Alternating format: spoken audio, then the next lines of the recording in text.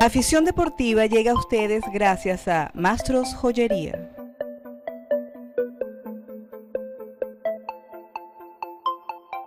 Bienvenidos a Afición Deportiva, la plataforma digital del diario Sol de Margarita, hoy con la compañía de don Rubén Mijares, exaltado al Salón de la Fama en Venezuela, de amplia trayectoria en los medios de comunicación y también trabajando con los equipos del béisbol profesional venezolano. Yo soy Jesús Enrique Leal. Don Rubén, bienvenido a Afición Deportiva para conversar un poco de este homenaje que es muy importante que se haga en vida a personajes con trayectoria como es su caso, porque pasa en muchos casos otras personas a las que se les rinde homenaje luego, y lo importante es que se reciba en vida para que el protagonista pueda estar allí. Claro, fíjate que ya yo ni me acordaba de eso, ni de esa posibilidad, porque yo formé parte del grupo de personas que desde aquí de Caracas, con Javier González, con un montón de gente, fuimos a Valencia con las intenciones de armar todo. Y ese mismo día pusimos dentro del salón a una cantidad de figuras, como Abelardo Raydi, todos los viejos, que habían hecho méritos, porque eran tipos que, imagínate tú, hacían los 1001 méritos para estar en algún sitio donde se les reconociera todo. Y bueno, ellos entraron allí, pero sin pena ni gloria, no era solamente nosotros los que trabajábamos con ellos o los que conocíamos bien adentro. Yo trabajaba en el Nacional, puede decir, bueno, sí, fulano, mengano, sutano, perencejito, el otro, incluso hasta imitarlos a ellos con sus cosas, ¿no? Abelardo era de los que leía primero el periódico y después venía de la oficina de él pegando un grito: oye, fíjate, está fulano aquí, no sé qué y tal. Y entonces te endilgaban un trabajo, haz una nota ahí sobre fulano de tal. Y entonces todas esas cosas fueron quedando más en nosotros, los muchachos de la época. Ya yo tengo 77 y el 10 de diciembre cumplo 78, así que no soy ningún chamo. ¿Cuánto ha cambiado el béisbol desde el que usted vio en sus inicios dándole cobertura al que vemos ahora? Sabemos que la diferencia de la calidad de peloteros que vienen, por ejemplo, a nuestro país es notable. La que tuvieron la oportunidad de verse en los 70, en los 80 en Venezuela es muy distinta a la que estamos viendo ahora. Sí, bueno, imagínate tú, aquí venían equipos que armaban su conjunto y de repente tú te tocaban 3 pitchers de Grandes Ligas, uno detrás del otro, hoy, mañana y pasado, ¿no? Y se vieron cosas aquí Luis Tian, por ejemplo, tiró un juego de no run y en su próxima salida le dieron 2 y nada más, ¿no? Y cosas por el estilo. Y después que cobraban muy poco, porque no era verdad que venían con la intención de hacer plata. Quizás en su país, por ejemplo, ellos ganaban en dólares aquí, y cuando llegaban a Miami, pues al banco con un gran valor, mucho más valor que el de nosotros. Y entonces, este libro, por ejemplo, que yo hice con ayuda de Javier González, esto comenzó como con las figuras, ¿no? Con los pitchers. Este es un pitcher, Jim Owens, que ganó 12 y perdió 2 nada más en un campeonato. ¿Cuáles fueron los mejores peloteros que para usted estuvieron aquí en Venezuela? Ni hablar, eso ni... Bueno, aquí tuvo Pete Rose para empezar, por ejemplo, ¿no? Pete Rose llegó aquí y venía que no sabía nada. Y el último día de temporada, yo llegué al estadio como a las 7 y los juegos eran a las 8 de la noche. Yo llegué como a las 7 y 10 y fui directo al dogado del Caracas, ¿no? Porque era el último partido de la temporada. Y yo me puse a hablar con el manager Reino Otero y Rose estaba oyendo del otro lado. Y entonces él de repente dijo: mi mujer me reclamó, porque la mujer vino aquí y se fue en estado del muchachito que después jugó con el Cincinnati, ¿no? Y entonces le dijo algo así como: bueno, aquí estamos para ver qué hacemos hoy, tal y qué sé yo. Y necesito ganarme algo para que llevarle un collar a mi mujer que se lo ofrecí.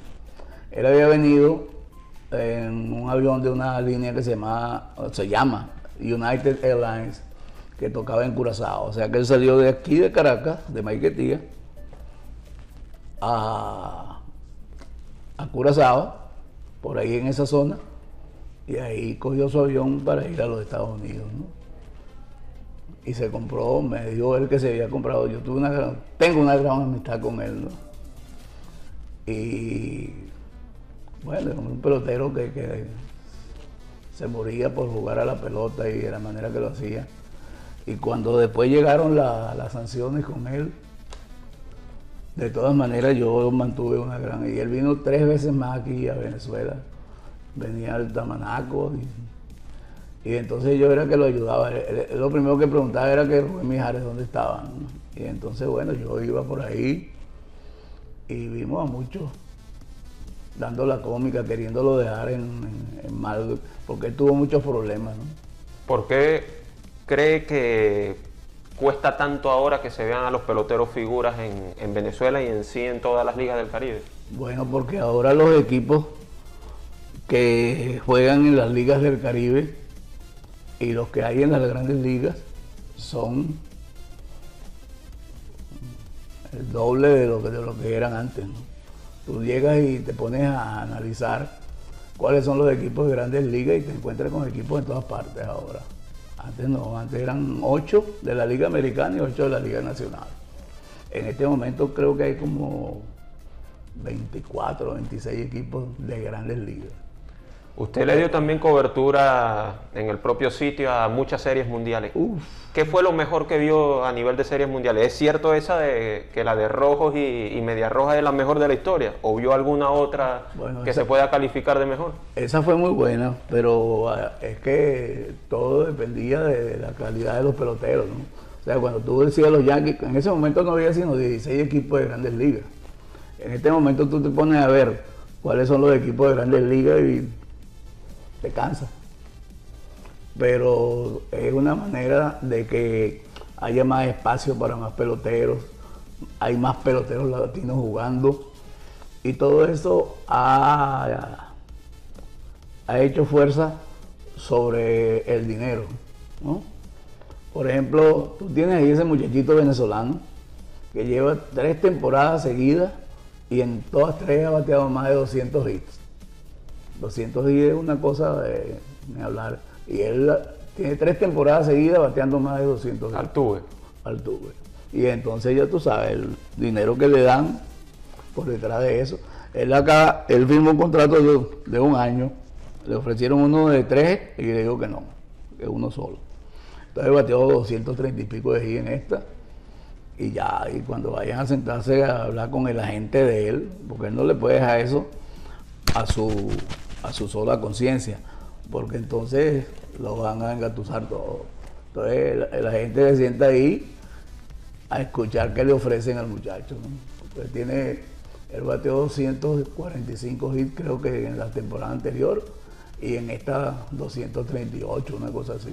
Usted le ha tocado cubrir no solo el béisbol. Gisela Vidal, quien fue atleta del año, me comentaba que fue usted quien incluso en unos Juegos Centroamericanos y del Caribe le transmitió la noticia de que había sucedido el terremoto en Caracas en los años 60. Exacto. También le dio cobertura a la que era la selección de Venezuela jugando partidos contra Brasil, el Brasil de Pelé. Sí. Cuéntenos un poquito de esas historias en otros deportes. Bueno, sí. Lo que pasa es que en el periodismo deportivo, cuando yo llegué, y fíjate cómo llego yo al periodismo deportivo. Yo, por ejemplo, yo vivía de Carmen de Quinta Crespo y leía todo deporte, pues. Lo que me importaba era el deporte, porque el deporte era mejor que un almuerzo. Y entonces, en el paso del tiempo, comencé a entrar en esas cosas y algunos periodistas me utilizaban y entonces Lozada Rondón me dijo que fuera el Nacional, que él tenía interés en que yo me asimilara a ellos y me ganara una plata, ¿no? Bueno, entonces yo fui allá y yo conocí a todos los periodistas, pues, a Belardo Raiby, a todo ese poco de gente que trae en el Nacional, incluso que estuvo preso, ¿cómo se llama? Eleazar Díaz Rangel, Estuvo preso en el cuartel San Carlos y se fugó. Y después que se fugó, llegó el Nacional y el Nacional hizo un pacto con los que andaban buscando de volverlo a meter preso. Y era un tipo genial, pues. Entonces ahí está dirigiendo Últimas Noticias y Líder y todos esos periódicos. Lo que le falta es periódico para ir, sí. Pero es un tipo de una gran capacidad. Y a mí me tocó, por ejemplo, cuando él se escapó, que lo dejaron tranquilo por un tiempo, le asignaron el béisbol profesional para que no se metiera en cosas que está hablando del gobierno ni nada de eso, ¿no? Y entonces me pusieron a mí como una especie de asistente de él. Ya yo hablaba inglés, medio malucón, pero entendía. Y entonces él no sabía ni siquiera cómo escribir los apellidos, porque tú de repente te encuentras con el apellido White, W-H-I-T-E, pero hay tipos que tienen W-H-A-I-T-E. Entonces, si tú no sabes cómo se escribe, lo pronunciarás, pero no sabes cómo se escribe. Claro. Y entonces siempre había un asistente, y yo siempre me sentaba al lado de él cuando él estaba escribiendo las crónicas del béisbol. No sabía mucho, se veía que nunca le había metido el pie a eso. Y entonces, bueno, él hizo un libro, y entonces me dijo que si yo lo podía ayudar.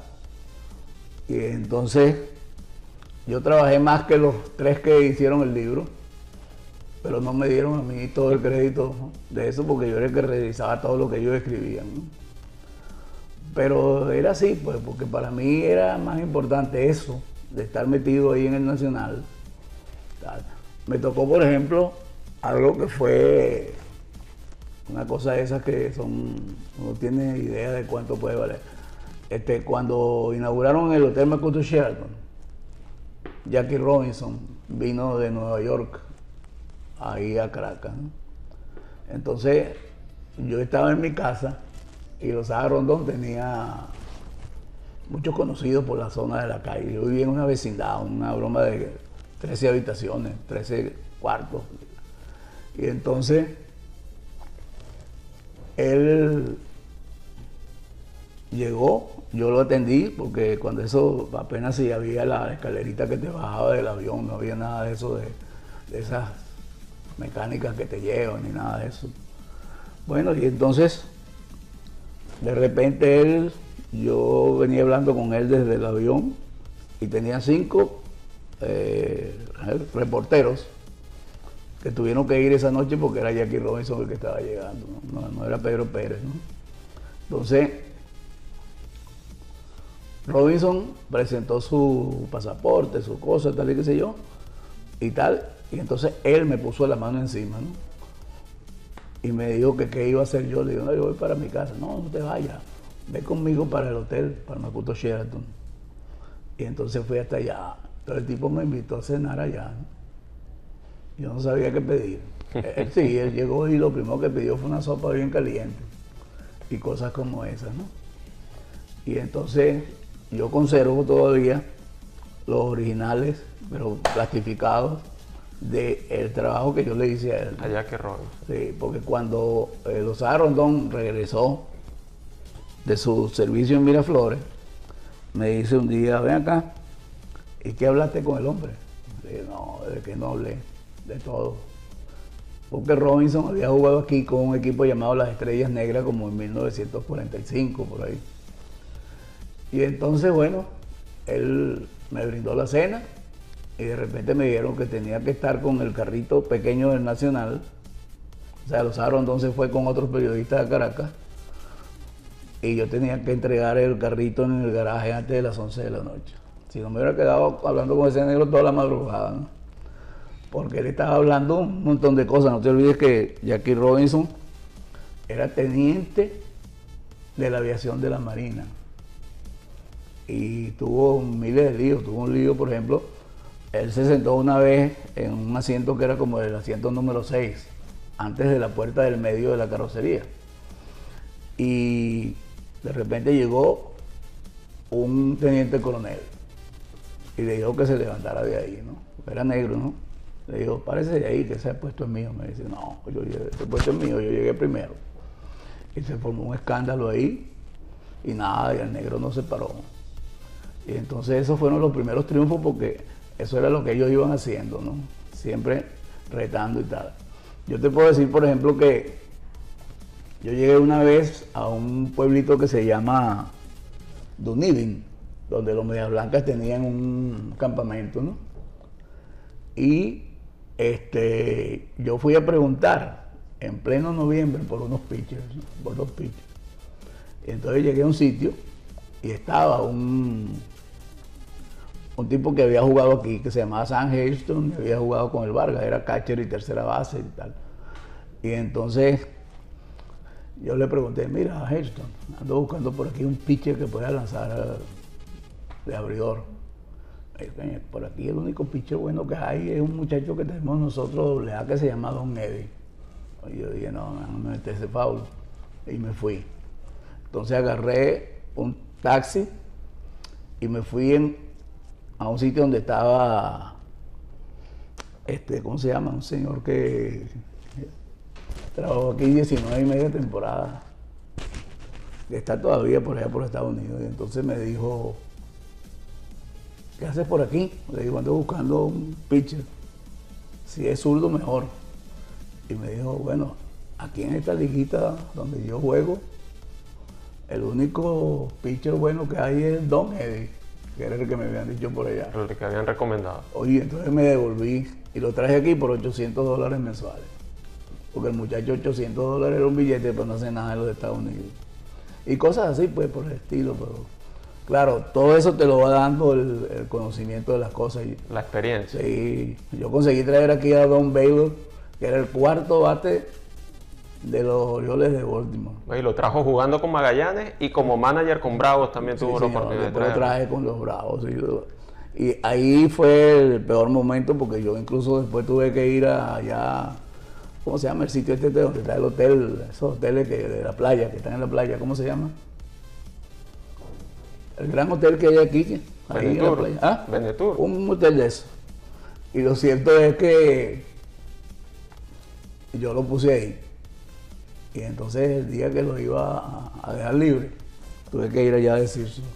Tuvo que darle la noticia. No, y el tipo estaba llorando porque lo estaban despidiendo, que era la primera vez que lo despedían de alguna parte.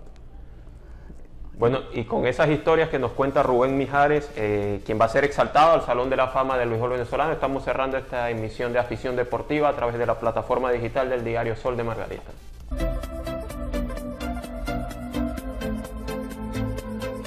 Afición Deportiva fue presentado por Mastros Joyería.